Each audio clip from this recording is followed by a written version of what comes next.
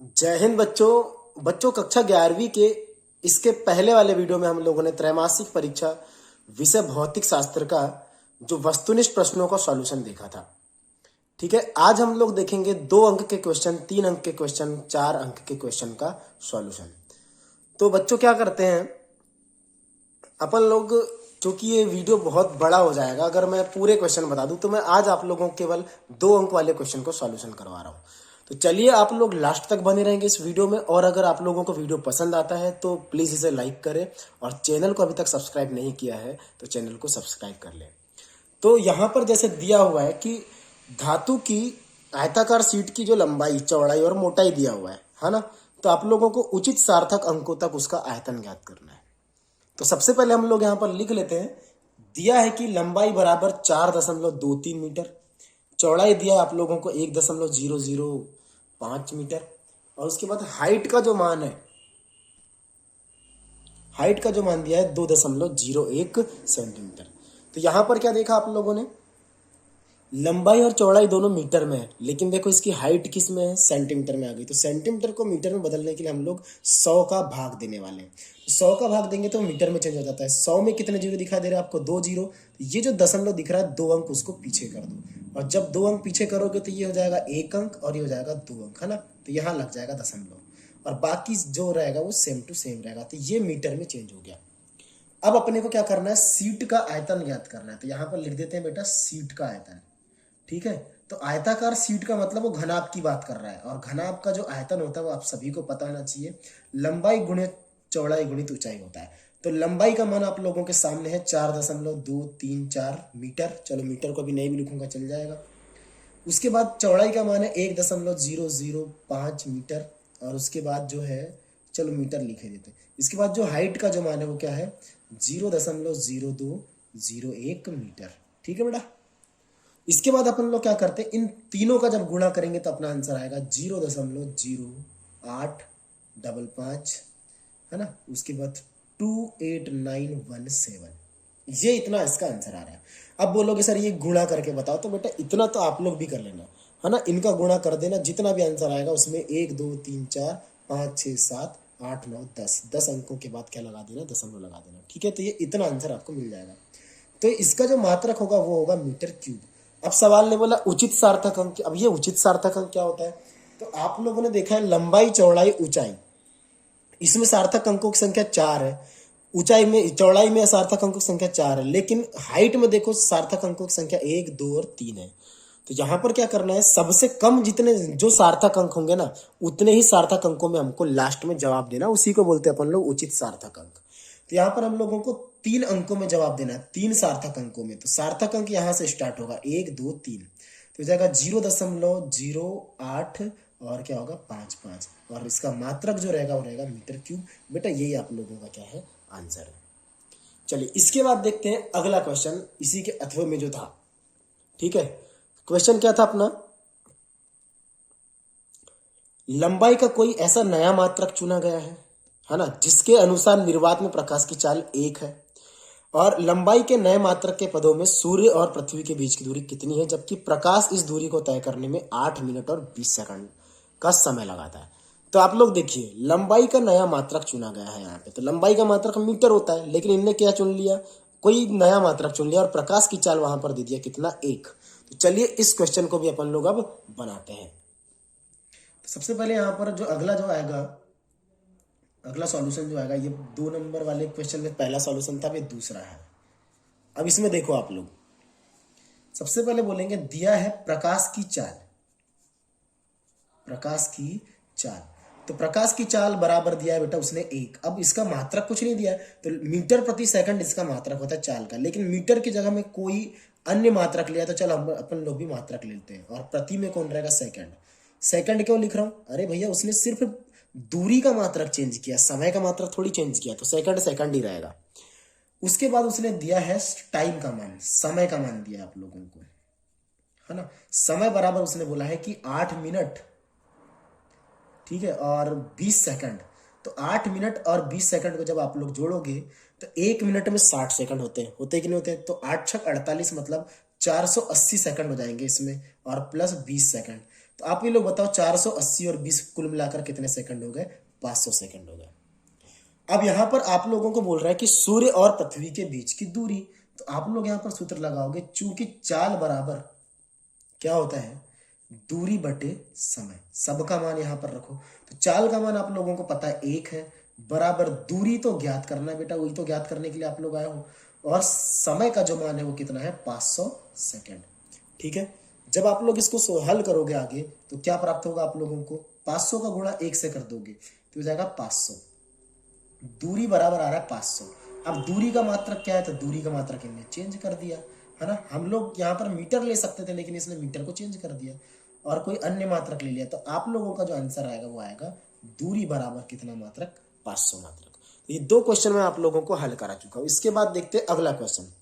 सदिशों के योग संबंधी त्रिभुज नियम लिखिए। सदिशों के योग संबंधी त्रिभुज नियम, तो बच्चों को त्रिभुज नियम तो याद होना ही चाहिए। ठीक है, मैं आप लोगों को सिर्फ बोलकर बता देता हूं, आप लोग सुनते जाइए। तो त्रिभुज नियम में क्या होता है कि जब 2 सदिशों को, ये एक सदिश हो गया जिसका नाम वेक्टर ए है और ये हो जाएगा वेक्टर बी, ये दूसरा सदिश हो गया। ठीक है बेटा, तो जब 2 सदिशों को हम लोग क्या करते हैं? जोड़ते हैं, और जोड़ने के लिए अपन लोग क्या करते हैं कि इसको त्रिभुज की 2 संलग्न भुजाओं द्वारा परिमाण और दिशा में प्रदर्शित करते हैं, है ना, इन दोनों सदिशों को। तो इनका जो परिणामी सदिश होता है वो तीसरी भुजा के द्वारा प्रदर्शित होता है। तो इसका कथन कैसे बनेगा मैं आप लोगों को समझाता हूं। ये वेक्टर ए, ये वेक्टर बी, और ये जो आपको दिखाई दे रहा है इनका परिणामी सदिश होगा। तीसरी जो भुजा है वो वेक्टर ए प्लस बी के बराबर होगा। तो आप लोग यहां पर बोल सकते हैं इसका कथन त्रिभुज नियम का कि जब 2 सदिशों को त्रिभुज की संलग्न भुजाओं द्वारा परिमाण और दिशा में समान क्रम में व्यवस्थित किया जाए या समान क्रम में प्रदर्शित किया जाए, तब इस त्रिभुज की तीसरी भुजा इन दोनों सदिशों के परिणामी सदिश को परिमाण और दिशा में और विपरीत क्रम में प्रदर्शित करती है। इसे अपन लोग सदिश योग का त्रिभुज नियम कहते हैं। ठीक है, तो ये था त्रिभुज नियम का कथन। अगला जो क्वेश्चन आपको दिखाई दे रहा है वो ये है कि किसी सदिश ए को XY समतल में वियोजित कीजिए। तो बच्चों इस क्वेश्चन को आप लोग अपने नोट्स से पढ़ना, वो वही वाला व्यंजक है सदिशों का समकोणिक वियोजन। ठीक है ना, तो सदिशों का समकोणिक वियोजन में क्या होगा? इसका व्यंजक लास्ट में ये आएगा, देखो, वेक्टर ए बराबर vector A X plus vector A Y. ठीक है, या इसी को आप लोग बोल सकते हैं ए एक्स आई के प्लस ए वाई जे के। ठीक है, तो ये जो है फार्मूला आप लोग अपने नोट्स से देख लेंगे। इसके बाद जो अगला क्वेश्चन है वो है विमी विश्लेषण की सीमाएं लिखिए। अब सीमा का मतलब होता है बेटा उसकी कमियां आप लोगों को गिनाना है। तो विमी विश्लेषण की जो सीमा है वो कौन सी है? वैसे तो 2 नंबर का क्वेश्चन है तो 2 सीमा आपको लिखना चाहिए था, लेकिन चलिए मैं आप लोगों को बताता हूं कि सबसे पहली कमी इसमें यह है कि अगर किसी भौतिक समीकरण में विमाहीन राशि अगर आती है, ठीक है, या फिर विमाहीन राशि या फिर कोई नियतांक आता है तो उसका परफेक्ट मान ये ज्ञात नहीं कर पाता। ये इसकी एक कमी हो गई। दूसरा जो है कि जो राशियां होती है वो अदिश राशि प्राप्त हो रही है आप लोगों को कि सदिश राशि प्राप्त हो रही है, आप लोग इस विधि से नहीं बता सकते।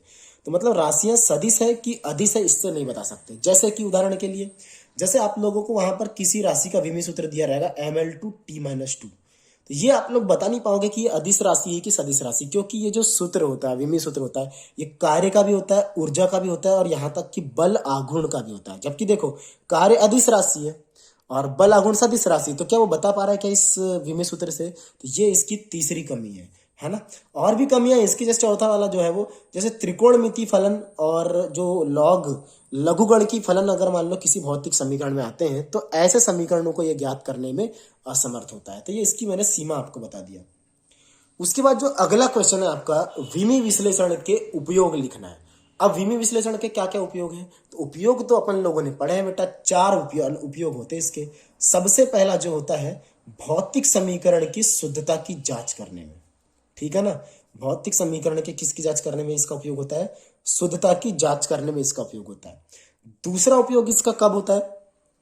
तो एक भौतिक राशि का संबंध दूसरे भौतिक राशि से बताने के लिए, इसका मतलब विभिन्न भौतिक राशियों में संबंध स्थापित करने के लिए इसका उपयोग होता है। तीसरा, एक पद्धति के मात्रक को दूसरे पद्धति के मात्रक में बदलना, परिवर्तित करने में इसका उपयोग किया जाता है। और नंबर 4, किसी भौतिक राशि का मात्रक ज्ञात करने के लिए इसका उपयोग किया जाता है। तो मैंने सीमा भी बता दिया और उसके बाद आप लोगों को मैंने बता दिया इसका अनुप्रयोग। अगले क्वेश्चन पे चलते हैं हम लोग। तो दिया हुआ है कोई कार एक समान रूप से त्वरित होकर 5 सेकंड में 18 किलोमीटर पर आवर से 36 किलोमीटर पर आवर की चाल प्राप्त करती है। कार का त्वरण ज्ञात कीजिए। देखिए इसका वेग जो है ना, शुरू में इतना था और बाद में इतना हो गया, वेग में परिवर्तन हुआ है। बस आप लोगों को सूत्र लगाकर त्वरण का मान पर ज्ञात करके देना है। तो आप लोगों को तो पता होना चाहिए वेग में परिवर्तन की दर को त्वरण कहते हैं। तो चलिए स्टार्ट करते हैं। यहां पर दिया हुआ है, सबसे पहले अपन लोग बोलेंगे, दिया है प्रारंभिक वेग। अब प्रारंभिक वेग को अपन लोग दर्शाते हैं किससे? u से। तो u बराबर दिया बेटा कितना? 18 किलोमीटर h इनवर्स, मतलब ये पर आवर है, ठीक है ना। उसके बाद आप लोगों को क्या बोल रहा है वो? अंतिम वेग का मान आप लोगों को दिया है। तो अंतिम वेग बराबर क्या होगा? अंतिम वेग को v से दर्शाते हैं अपन लोग, और वो दिया है उसने 36 kilometre per hour. 36 kilometre per hour ये दिया हुआ, ठीक है बेटा। और समय का जो मान दिया है आप लोगों को, समय बराबर दिया है कितना सेकंड? 5 सेकंड। अब ये क्या बात हुई आप लोग बताओ। यह समय दे दिया सेकंड में, और यहां पर देखो किलोमीटर पर आवर। तो बेटा ये सब ऐसा नहीं होना चाहिए। अगर समय का मात्रक यहाँ पर सेकंड है तो हर जगह पे सेकंड होना चाहिए। तो हम लोगों को इसको मीटर में और इसको सेकंड में चेंज करना पड़ेगा। तो उसके लिए हम लोग क्या करते हैं, 1 किलोमीटर में 1000 मीटर होता है कि नहीं होता? तो 1 किलोमीटर में 1000 मीटर होगा, और 1 घंटे में 3600 सेकंड होते हैं। तो देखो किलोमीटर की जगह में आप लोग क्या लिखोगे? 1000 मीटर, और सेकंड ये बटे में क्या है? एक घंटा। तो 1 घंटे में कितने सेकंड होते हैं? 3600 सेकंड। तो 00 से 00 काट दो, और यहाँ पर 2 से काट दोगे इसको, 2 पंचे 10, और ये कितने बार कटेगा? 18 बार। तो कुल मिला के हम लोग क्या करेंगे, किलोमीटर पर आवर को मीटर प्रति सेकंड में चेंज करने के लिए हम लोग सीधे 5/18 का गुणा कर देते हैं, ठीक है ना। समझ में आ गई बात? तो हम लोग सीधे 5/18 गुणा कर देंगे, तो हो जाएगा 18 गुणा 5/18। तो 18 से 18 कट जाएगा, और ये मीटर प्रति सेकंड में चेंज हो गया। उसके बाद आगे देखो, यहाँ पर 36 में भी गुणा करो 5/18 का, तो हो जाएगा 18 एकम 18, 18 दूनी 36, और ये हो जाएगा 5 दूनी 10 मीटर प्रति सेकंड, ठीक है बेटा। अब सवाल ने बोला है कि त्वरण ज्ञात कीजिए। तो अपन लोग बोलेंगे त्वरण बराबर क्या होता है? अंतिम वेग माइनस प्रारंभिक वेग, और बटे में कौन रहता है? समय। तो अंतिम वेग का मान कितना दिया आप लोगों को? 10 मीटर प्रति सेकंड। प्रारंभिक वेग का मान कितना दिया? 5 मीटर प्रति सेकंड, और बटे में समय रहेगा 5 सेकंड। 10 में से 5 घटाओगे तो आंसर आएगा आपका 5, और बटे में भी गुने 5। 5 से 5 कैंसिल हो जाएगा कितनी बार? एक बार। इसका मतलब त्वरण का जो मान है वो है 1 मीटर प्रति सेकंड स्क्वायर। ये इसका आंसर था, क्योंकि त्वरण का जो मात्रक होता है वो क्या होता है? मीटर प्रति सेकंड स्क्वायर, ठीक है। चलिए अगले क्वेश्चन की ओर बढ़ते हैं अपन लोग। अगला क्वेश्चन बोल रहा है कि यदि कोई कार, है ना, यदि कोई कार 45 किलोमीटर पर आवर की चाल से गतिमान है, ब्रेक लगाने पर इतना मंदन उत्पन्न होता है, तो कार द्वारा तय की गई अवरोधन दूरी ज्ञात कीजिए। तो अवरोधन दूरी का मतलब ब्रेक लगाने से रुकने तक। जैसे आप लोगों ने ब्रेक लगाया गाड़ी में, है ना, और वो जब तक रुक नहीं जाती, ब्रेक लगाने से लेकर रुकने तक जो दूरी होती है उसको अवरोधन दूरी बोलेंगे अपन लोग। तो वो अवरोधन दूरी अपने को यहाँ पर ज्ञात करना है। सबसे पहले चलो देख लेते हैं यहाँ पर भी क्या क्या दिया है। तो कार की चाल दिया। सबसे पहले तो अपन लोग बोलेंगे यहाँ पे दिया है कार की चाल बराबर 45 किलोमीटर पर आवर, मतलब एच इनवर्स, ठीक है ना। उसके बाद वो बोल रहा है कि त्वरण या मंदन बोला है भैया ने। तो मंदन जो होता है कभी भी ऋणात्मक होता है, आप लोग इस बात का ध्यान रखना है। मंदन मतलब त्वरण ही है लेकिन ऋणात्मक त्वरण होता है। तो उसका मान दिया उसने 1 मीटर प्रति सेकंड स्क्वायर। तो अपन लोग उसको माइनस में ले गए क्योंकि ये मंदन है ना, वेग को कम कर रहा है। तो जब यहाँ पर देखो मीटर और सेकंड की बात है, तो यहाँ किलोमीटर और पर आवर क्यों है? तो इसको भी अपन लोग चेंज करेंगे किसमें? मीटर प्रति सेकंड में। तो हो जाएगा 45 गुणा 5/18। मैंने अभी बताया था 5/18 गुणा क्यों करते हैं करके, ठीक है बेटा। तो ये कट जाएगा कितने? 9 से कट जाएगा, 9 5 45, और हो जाएगा 9 दूनी 18। तो हो जाएगा 25/2 मीटर प्रति सेकंड। चेंज हो गया वो, ठीक है।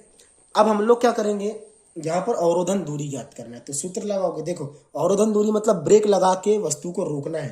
तो ये जो है ना प्रारंभिक चाल है, ये प्रारंभिक वेग बोल सकते हैं आप लोग इसको। और यहाँ पर अंतिम वेग जो v का जो मान होगा वो कितना होगा? 0 होगा। क्यों होगा? क्योंकि ब्रेक लगाओगे तो कुछ देर के बाद जो अपना वाहन है वो रुक जाएगा। तो यहाँ पर अपन लोग बोलते हैं गति के तीसरे समीकरण से, गति के तृतीय समीकरण से। तो गति का तीसरा समीकरण बोलेगा आपको v² बराबर u² प्लस 2AS, ठीक है ना। अब यहां पर क्या होगा बच्चों, देखो v² मतलब ये हो जाएगा अंतिम वेग, और अंतिम वेग का मान हो जाएगा 0। u का मतलब कितना है, ये है 25/2, तो 25/2 का आप लोग क्या कर दो, स्क्वायर कर दो, प्लस 2, a का मान कितना दिया आपको -1, और s का मान आपको ज्ञात करना है। s मतलब विस्थापन, यही तो अपने ज्ञात करना है, अवरोधन दूरी, है कि नहीं। अब इसके बाद देखो आगे, तो ये हो जाएगा 25 का वर्ग हो जाएगा 625, और बटे में 2 का वर्ग हो जाएगा 4, और ये हो जाएगा कितना, -2 एकम 2, और ये हो जाएगा s, और इधर रहेगा 0। -2s को आप लोग इस तरफ लेके आओगे तो +2s हो जाएगा, बराबर 625 बटे कितना रहेगा 4, ठीक है ना। जब ये गुणा का जो 2 है पक्षांतर करोगे तो बटे में जाएगा, 4 दूनी 8 हो जाएगा बेटा 625, और बटे में कितना दिख रहा है आप लोगों को 8, और 625 में जब आप लोग 8 का भाग दोगे तो चलो भाग देकर देख ही लो ना, तो हो जाएगा 8 ही 7 56, बचा कितना यहाँ पर 6, तो 65 हो जाएगा, 8 ही 8 64, बचा 1, दशमलव लगाओगे 10 बन जाएगा, 8 एकम 8, बचा 2, और ये हो जाएगा 8 दूनी 16। ये आपका आंसर है, ठीक है ना। तो ये आ जाएगा मीटर में, तो ये है अवरोधन दूरी का मान, ठीक है।